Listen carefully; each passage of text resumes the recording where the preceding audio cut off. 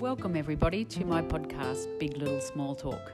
I'm Megan O'Hara-Sullivan and I love to talk, but I also love to listen. If you're new here, welcome. Thanks for joining me today. I hope you enjoy the episode. Hello listeners, you're on Big Little Small Talk with me, Megan O'Hara-Sullivan, and I'm sitting in a room surrounded by gold records, celebrity pictures, with our very own celebrity here in Toowoomba, who many of you would know from various parts of her life, and it's with great pleasure that I say hello to Ruby Slipperz. Hello, Megan. That was quite a rap to start with. Well, it's only the half of it, but I want to start, Ruby, with your name. So what's in a name? Where does Ruby Slipperz come from? Because it's obviously not your real name. No, your it's real not. name is Michelle Snyder. Well, my real name is Michelle Schneider, born Michelle Laurie, a daughter of a truckie. So proud to be a truckie's daughter, and married John Schneider 38 years ago. And Ruby Slipperz was born in 1991 thanks to a good friend of mine. Her name was Carolyn Barker, and Carolyn was the newsreader for Vision TV, let's say Win TV, Star TV, all the TVs, all those names that we went through in those early years of television here. And she decided that she thought I needed to be famous and I needed a name that people would listen for, that they go, oh, Ruby Slipperz. So one night she just said this and it kind of stuck. And then everyone started calling me Ruby. And then I went off to Tamworth and performed down there as Ruby Slipperz. And it just stayed with me. Were you a different person as Ruby Slipperz to Michelle Snyder? Yeah, isn't that funny? Because so many people ask that. I don't know. I don't think so. I think performing is something that I love doing. I don't do much of it anymore, but when I would get on the stage, it's just this sense of freedom. So whether I'm Ruby Slipperz, Michelle Schneider, or little Shelley Laurie, it doesn't really change things. Mm-hmm. But it's stuck and you answered to Ruby. So tell me about the Toowoomba Country Music Club and the Crown Hotel and the Hot Prospect. Oh, the infamous Crown Hotel. What happened was my dad was sick of me doing concerts in the lounge room. I was a legend in my lounge room. And he took me down to meet a friend of his, which was Owen Ray. And Owen Ray at the time had Royce Music House. And I went in, met Owen. He was also the president of the Toowoomba Country Music Club. And he said, I think it's a good idea if you come down and sing a song. So I worked with him rehearsing, bearing in mind I'm like 12 years old. And it all went quite well. Down I go to this one night. They used to have the Country Music Club every second Tuesday. And I got up on stage. I can still remember the songs, Megan. I sang The Crystal Chandeliers by Charlie Pride. Is anybody going to San Antone and put another log on the fire? I was a rip-roaring hit. But it was great. It was a great experience. And little did I know back then, because I was always had someone with me. I didn't know too much about the Crown Hotel, but it was very infamous in its day. Go out to the car and change the tyre. Yes, that's how the it one. goes, Yeah. You wouldn't be singing that today though, would you? No. Now I'd be singing Let's Go Out and Plug the Car In so we can drive somewhere, wouldn't I? Was your love of country music because your father was a truck driver? Yeah, I think that had a good deal to do with it. The music actually came from my grandfather, who had a old-time dance band called the Blue Moon Orchestra. And my mum was in the band, my auntie was in the band, my uncle was in the band. And they played, they had gigs every Saturday night, whether it be at Blenheim Hall, Perseverance, Maringan Kabbalah, all those places. Maringan Hall, of course, isn't there anymore. But that was kind of where the music came from. It was just always there. And I think we were just a family that we always had music playing. A lot of country, yes. Yes. Who else is in your family, Ruby? I have a brother who is 11 years younger than I, who says that it's like having a second mother, which is probably very true. And that's it. There's just the two of us. So, there was always music in the household. Always music. Playing instruments as well? Not I. My mum played a bit of piano. And as I said, my granddad played guitar. So that was enough. I was more keen to use the vocals as the instrument. I just said before about Hot Prospect. Who and what is Hot Prospect? Hot Prospect. That was the first band that I was in, first rock band. I met the drummer, Ricky Smith, who's known to a lot of people in Toowoomba, through the Toowoomba Country Music Club, and he said he was starting a band called, they were looking for a singer that could also sing a bit of country music as well as singing rock music. It was very crossover at that time in the 80s, the country music. So I went and give it a go. No, I think I was 14 when I joined the band, and that was it. I was in the band for about 3 years. We what sort worked of places everywhere. were you playing? You're playing at the Crown? We worked at the Matador Crown. Lounge? Matador Lounge. I'll give you an example of a weekend. The band's out there that if anyone hears this, they'll be going, wow, what happened to that? Bunch of whingers, you Well, reckon? no. Well, they might be because there's not as much work as there used to be. We'd work sometimes on a Thursday night at Charlie's Bar, which was Telford's or the Burke and Wills. Then we would work at the Ruthven Hotel, the Matador Lounge, on a Friday night. And on a Saturday afternoon, we would usually do the Matador's Beer Garden. And then we would go back across the road to Charlie's Bar on the Saturday night. And then Sunday, we used to work at Caesar's Palace in Russell Street. Sunday night.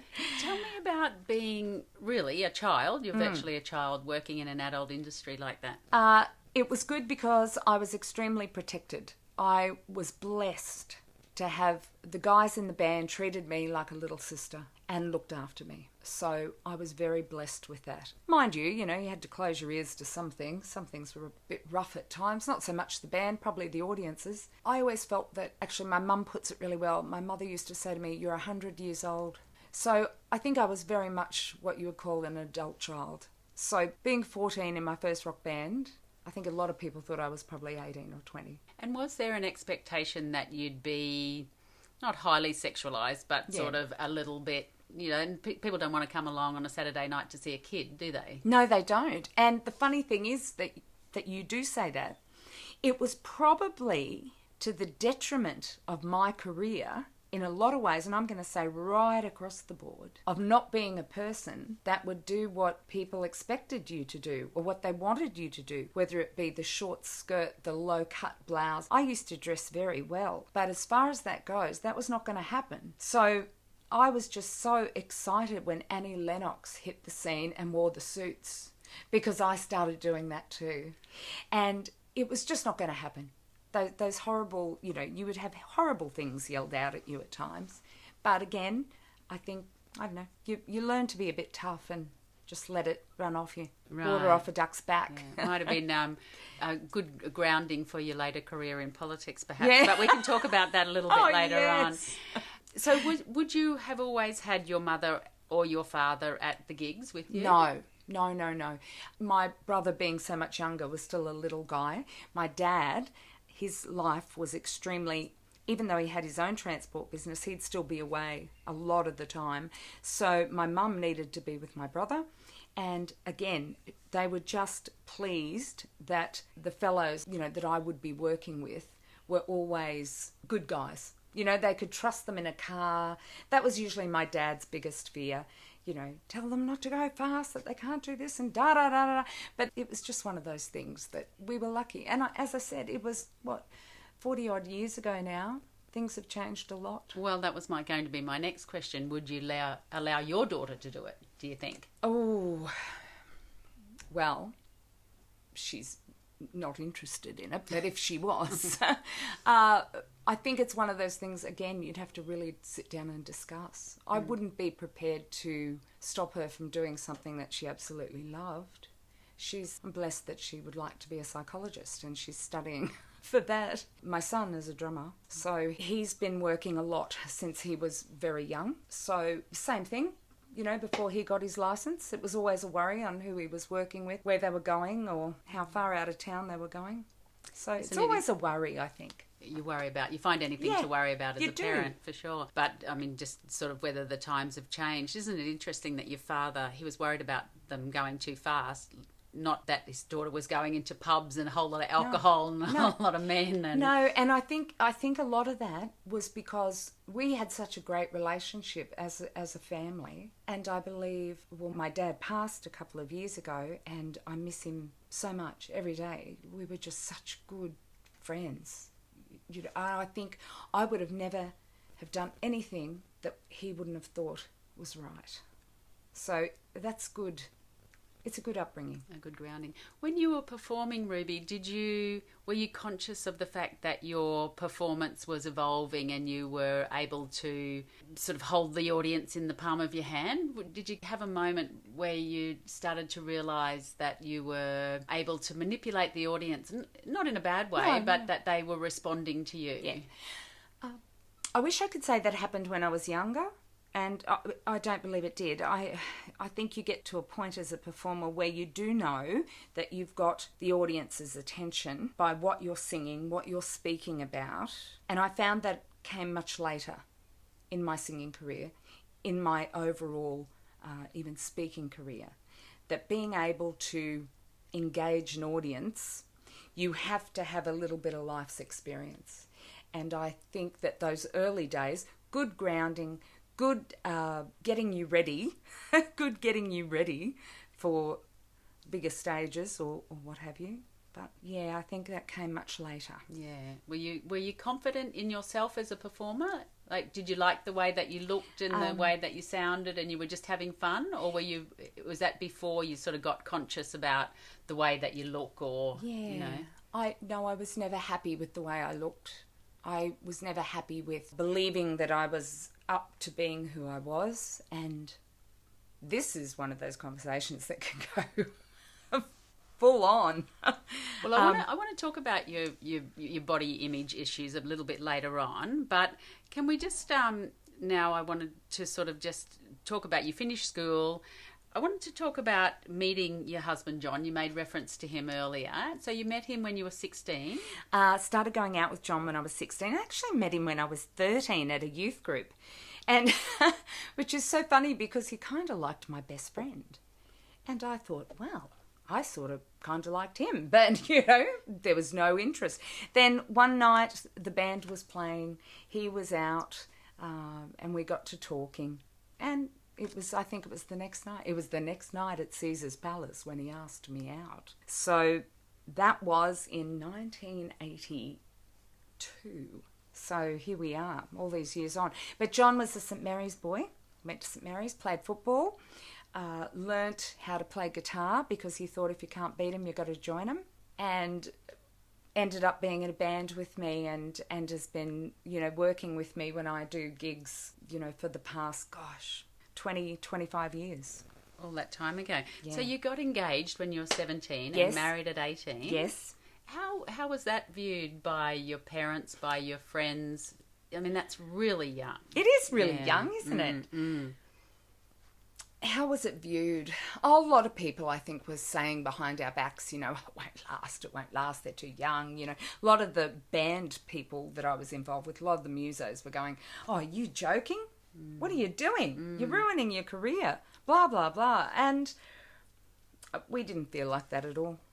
It was just one of those things that meant to be. And I guess, if anything, being married so young, we grew up together. So that's been nice. You grew in the same direction, you feel? Yes, yeah. Could have gone either way? Yeah, I think there were times where you go off on different tangents and you think, nothing's easy. Nothing's easy.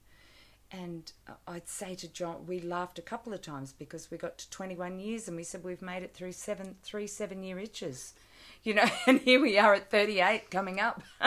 So still so young. Yeah. Exactly. I'll just remind the listeners that they're on 4DDB and we're talking to our very own Toowoomba celebrity, Ruby Slipperz, who's here telling me about the parts in her life where she's got to. At the moment, we're only at 17 and getting married. So you and John formed a band then. Was that word of mouth? Is yes, that we correct? did. Yes, we formed that band back in 1985, something like that, and worked very hard, just as hard as we did in other bands that I'd been involved with, and had a lot of success. Did some recording, made the local charts with a couple of songs that we made like top 10 or whatever.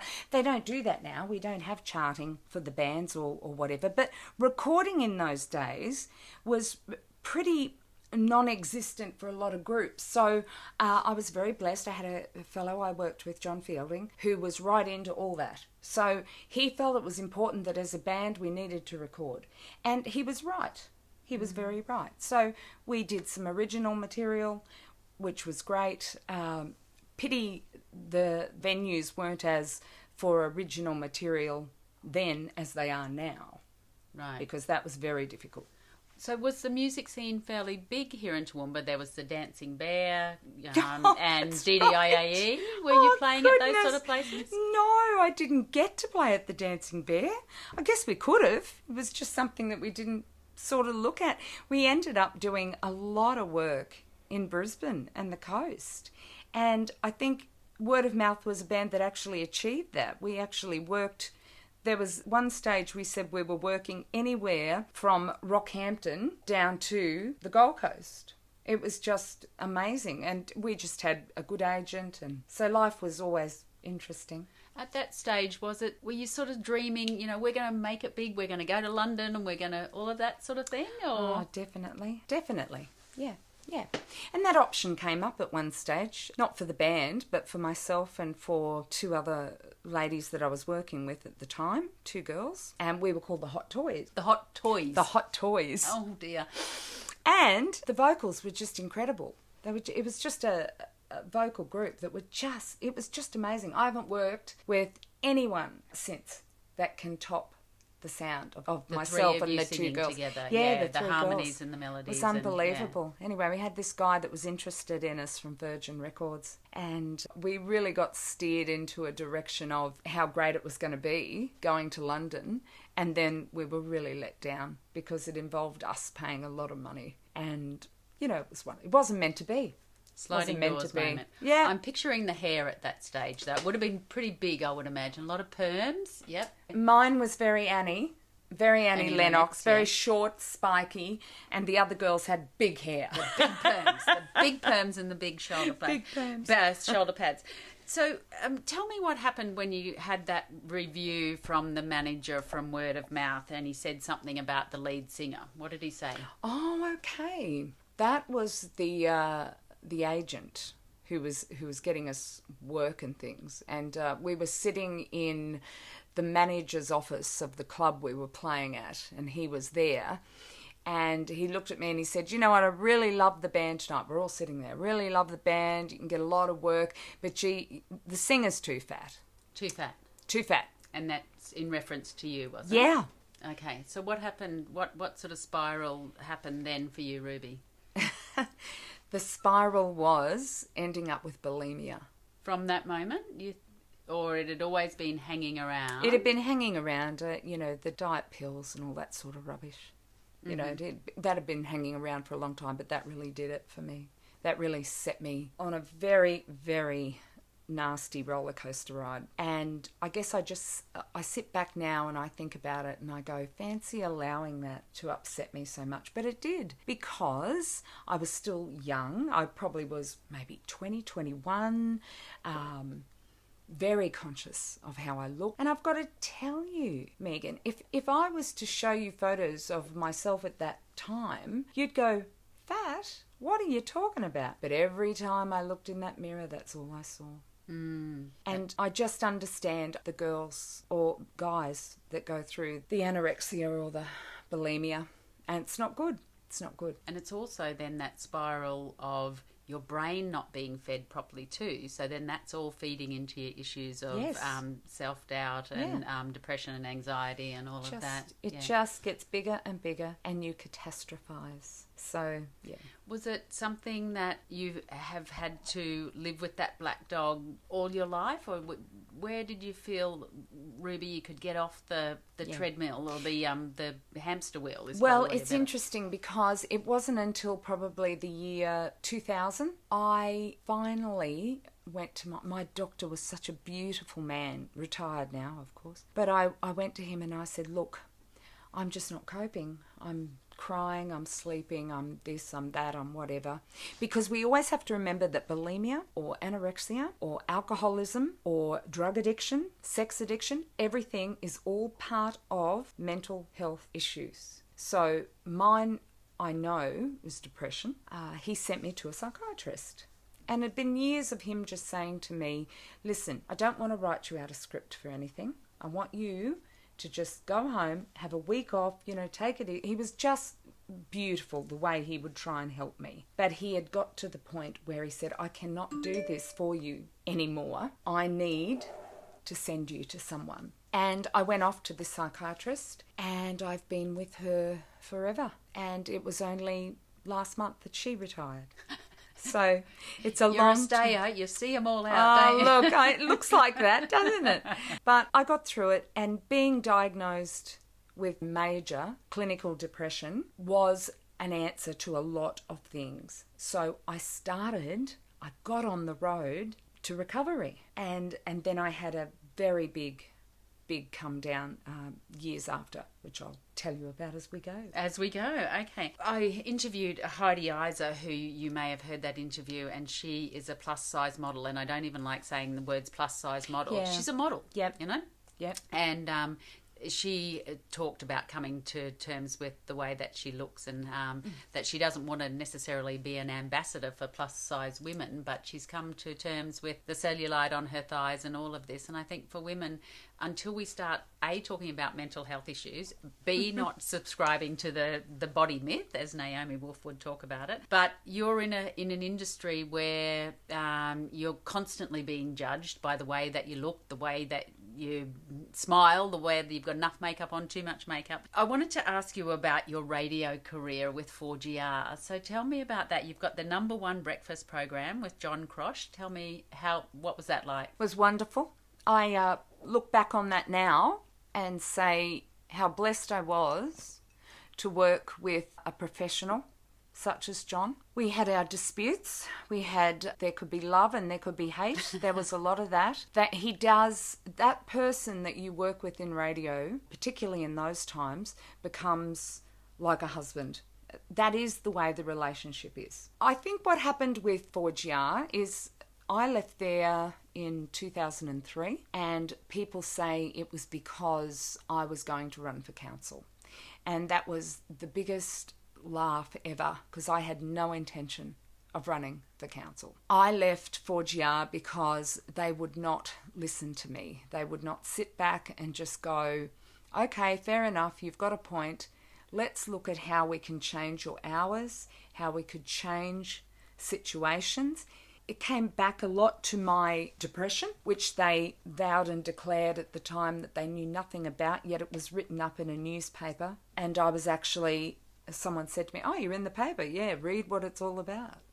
So, the actual person at the time, the head of the bunch at the time, tried to say they knew nothing of my depression. So let me say this, as ugly as it was at the end, I look back now and go, what a great time. I had a great time. I worked with great people. And there were just obstacles that we were in the birthing days of what I term the big HR, okay, and the big PC, and all those names, or the me group of people. They did not want to see that I was a woman who was still breastfeeding my baby, which was very important. Didn't affect me in any way. I went to work, did my job, worked hard, but they could not listen to me when I was saying, listen, there are issues happening on this program. There are issues, and you won't deal with them. Yeah, issues. Well, I'm in a way I'm glad I asked that question, Ruby, because I actually didn't know that it didn't end well. I'm sorry to hear that. No, that's all right. So how long had you done that program? Oh, I'd been working with John for 8 years. It was a long time. Not on air though. I was the promo girl. I'd go out in the ute chick and do all that sort of stuff. Lots of silly stuff. It was great. It was really good. And then we had the program, and we won the best breakfast show in Australia, provincial category. That was huge. I got best newcomer. It was just a great time. And can I say, though, that in all the ugliness at the end, it was, how do I say, once I ended up being on council, I kind of got put into the chair of tourism and events. So one of the events, or a couple of the events, I had to work with 4GR. Awkward. It was, but we let it go and we moved on. And you know what? They made some great changes So if anything, I walked away with a moral win. Good so for that you. felt good. Okay. Yeah. Well, there's two areas I wanted to go to now, and you can choose which one you wanted to go to. You mentioned your career in local government. I want to talk about that. Yes. And the other, well, three things, I guess. The other is that you had your daughter in 2003. Mm-hmm. And you had another profound thing happen at that same time. What was that? I became a Christian. Start there. I met Jesus. Yeah, it was fabulous. The best thing that ever happened to me. So tell me about how that happened. I was going through, before my daughter was born, I had a pregnancy pre that. And it was about 3 months in, I went to the doctor for a checkup, no heartbeat. And was just totally broken. And I remember that night I was walking away from that doctor's office. It was late evening, I should say. And I was walking near the chapel. And I was so angry. And I know that a lot of people would talk about God to me, and I would always go, oh, don't be silly, don't be ridiculous. There's no such thing. Best fairy tale ever told, But for some reason, that night, I just went to that chapel and I said, you know what? If you're real, why are you doing this to me? Why are you taking my child? I know that I haven't been, and this is me talking loud. Anyone would have thought I was nuts. I went, I know that I haven't been the best person around. I know that I've done things that, as we all do, we're sinners, But why would you do this to me? And I heard nothing. Of course, I'm sitting there waiting for an answer. As I was leaving, I heard, it's time to give over to God. I looked around and I thought, I'm going mad. I thought, that's my mind. I'm going mad. But do you know what, Megan, from that day, or from that night, I decided I would start following up a bit on God. And I started to read the Bible. And I started to probably get in touch with people that I knew were Christians and talk to them a lot more about different things. And I started to get it was like a hunger. And then what should happen, I ended up running for council. My girlfriends talked me into it. They really did. They said, you've got to do this. You've got to make a mark. You're a Toowoomba girl. You've got to go for this. So I kind of did. I was in a bit of a dream. So when I got into council, it was around Easter time that I got a letter from the Salvation Army asking me to come to church because they knew that this was important for me to do. And I'm going, okay, so then I'm sitting down scouring in my brain, who do I know in the army that's, sent me? Then I went, it doesn't matter. Well, I went to that service on Good Friday and I never stopped going for a number of years. It was just so freeing, so wonderful. Both my children, because, by the way, I ended up getting preggy again and having my baby girl. And it was that day that I knew that Jesus was with me. I gave birth to her. They held her up in the air, and I just knew. It was like a bright light just shone. And I gave my heart to the Lord, and my life has been absolutely blessed ever since. Incredible story. I'll just remind the listeners that they're on 4DDB and you're with me, Megan O'Hara-Sullivan, in Big Little Small Talk. And we've got some Big Little Small Talk happening right now with Ruby Slipperz, aka Michelle Schneider. And she's told me just how she's found God and had a baby and got into council. That was a pretty big year for you. Was it 2003? It must 2003, have been 2004. Yeah. 2004, March 2004. Okay. I can remember the date, the 27th. That's right, exactly. I want to talk about that in just 2 seconds, but just before we leave the topic of you finding faith, Ruby, how did that sit with John to be sort of quite a transformation in your life, really? Well, it was a transformation. He found it to be so good for me that I was so happy and so content and not going through the ups and downs that I'd been through over the years we've been together. He is an absolute stalwart.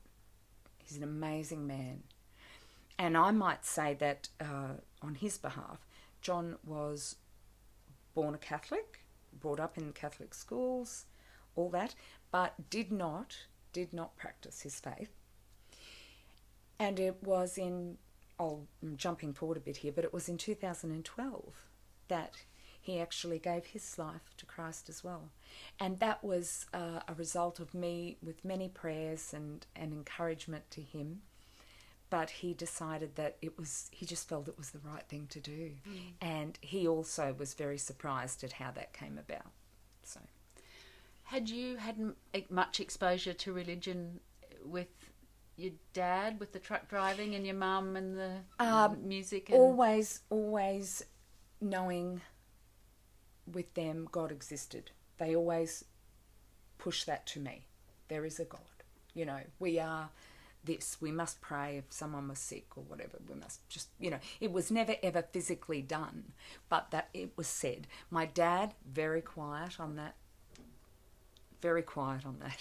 until a couple of weeks before he passed, and he surprised me.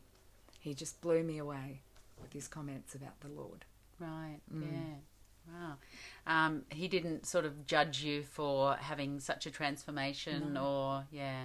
No, it was hard for him to get used to. I was very much, particularly my dad had throat cancer. So when all this happened, I spent a lot of time praying, and I would say to him, Dad, will you let me pray for you? Yes, darling, of course. You know, he always let me. I don't know how awkward he felt about that. Very private person, and also from the old school. We don't talk about religion, politics, you know, those things. Anything that happens behind the bedroom door stays there, all that sort of stuff. So, you know, I think he was fine about it. Yeah. He just got a little awkward every now and then. But I did get him to drive the bus for the Salvos for a while. Well, that was my other question. I did. So you went to the Salvation Army Church and you stayed there. You've stayed there? No, I haven't stayed at the Salvos. I'm still very much a Salvo. But...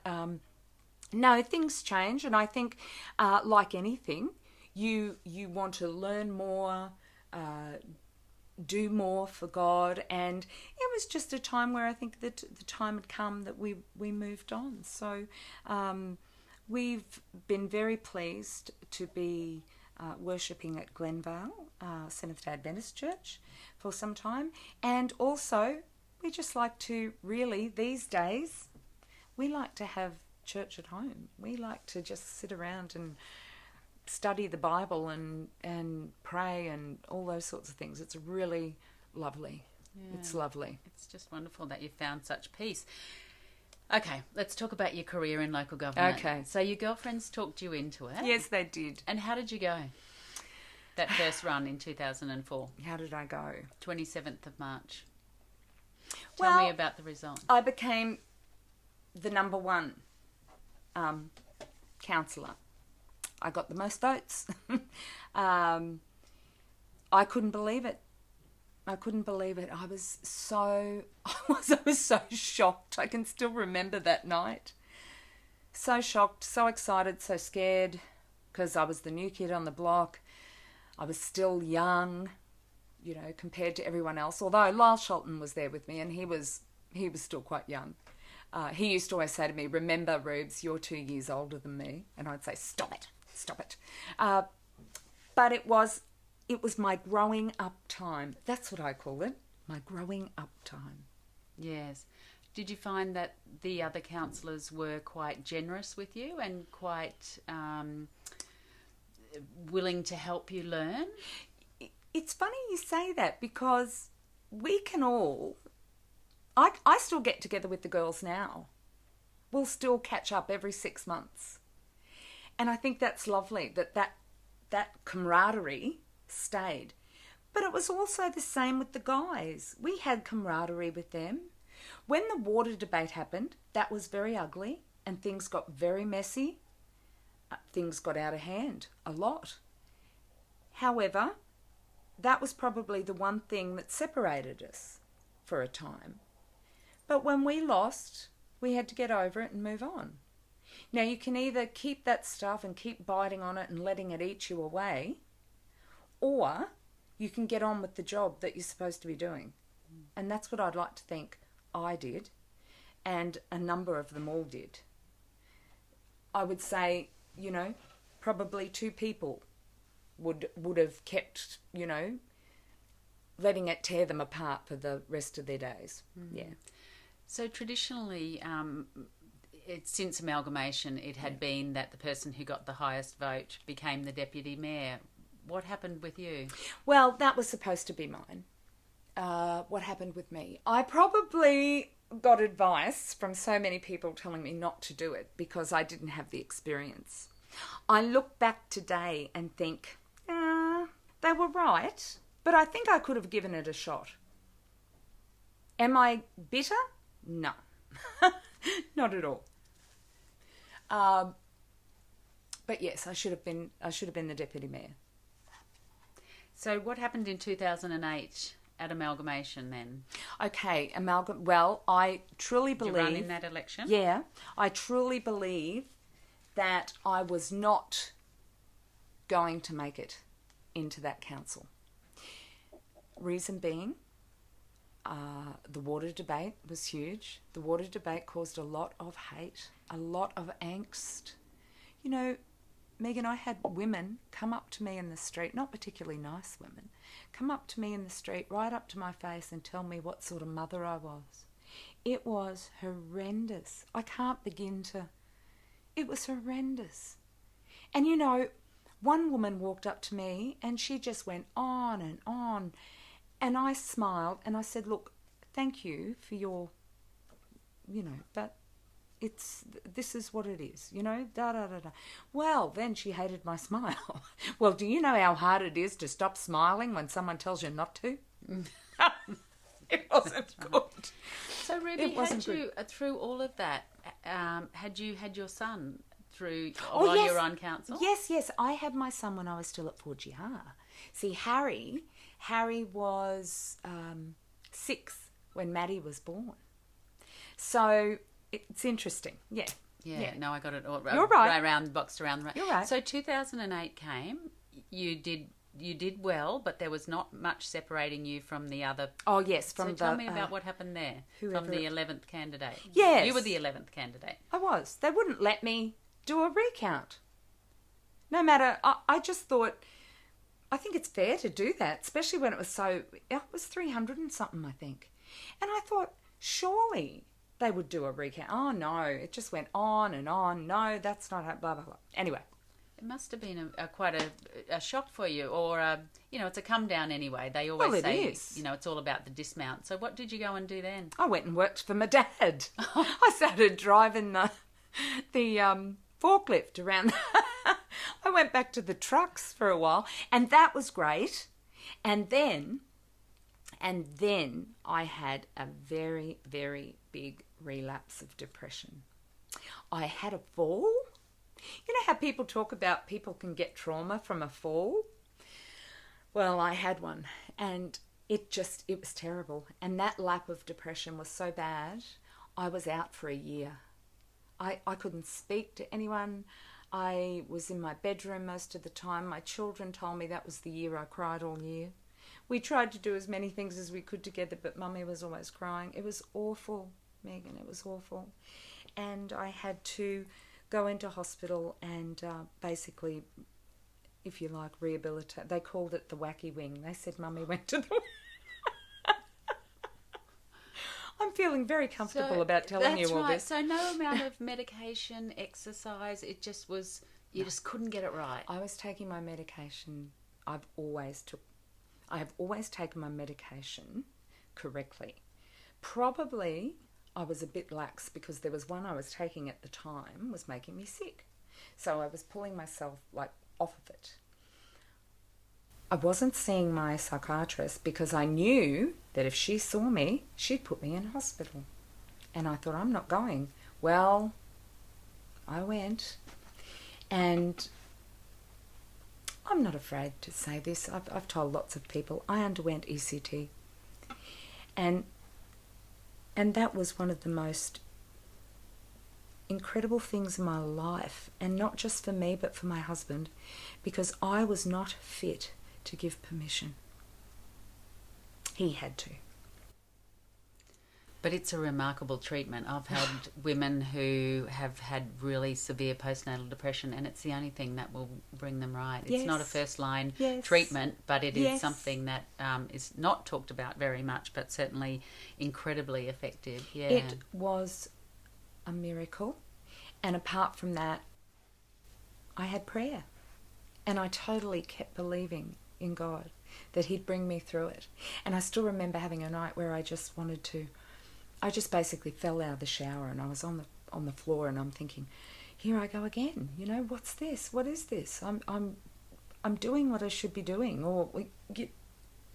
And I just remembered scripture of, you will not understand this now, but later you will. And I thought, wow. Now I tell people about it, and I can help them. So that's all part of the process. Look, I haven't even got to Ruby Charm School yet, and what you're doing now with your life, and how you're helping other performers and young children. But as per usual, I've run out of time. Yes. So I'm just going to ask you a couple of quick fire questions. These are questions that I read in a rock magazine that they were asking Evan Dando from the Lemonheads. So I think yours will be a lot cleaner than his. In 3 words, I am. I am loved. That's 1. You want 3 of them? Okay. I am blessed. I am me. Oh, how wonderful. Perfect. Loved, blessed, and me. If I'm frightened of anything, it's... the enemy. Who's the enemy, Ruby? Black dog. Depression. Yeah. Coming back. Yes. Yes. Fair enough. Sorry, that was 2 words. No, you didn't have a word limit on that one. Yeah. If I could travel back in time, I'd set the controls for... spending time with my dad. Any time with my dad. That would be where we'd go to. Beautiful. The last time I looked in the mirror, I thought... I'm all right. If I had to leave a body part of mine to science, it would be... Goodness. I'd leave all of them, I think. I would leave my eyes. Explain. I would just pray that my eyes could help someone see what... This might make no sense, but that they could see what you can't see, but understand it's real. That makes sense. If life has taught me one thing, it's... patience. Yeah. You get through it? Yeah. In the end, yeah. All right. My favourite person in the entire world is... Jesus. Very good. All right. What's the song that can't keep you off the dance floor, Ruby? This is a big question for you. I love it. Should I Stay or Should I Go? The Clash. I love that song. Should I stay or should I go? Yeah, that's it. Now. Yeah. All right. If you had to pick a royal, or who is your favourite royal? Now, this person doesn't have to be living, doesn't have to be British. Oh, okay. Any sort of royal. Elvis.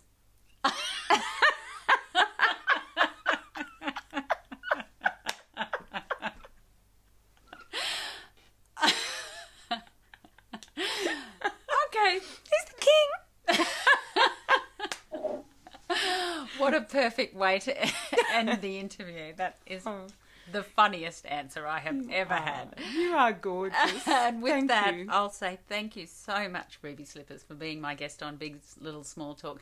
We've been up and down the garden path and all around, but it has just been such a joy hearing about where you've been through, where you're going in your life, and I'm sure that there's a whole lot more coming around the corner. So thank you for being my guest on Big Little Small Talk. Thank you, beautiful girl.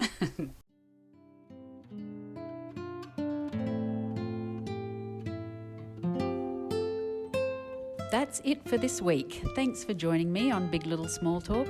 I hope you can make the time to join me next week. If you've enjoyed this episode, please subscribe on your favourite podcast app.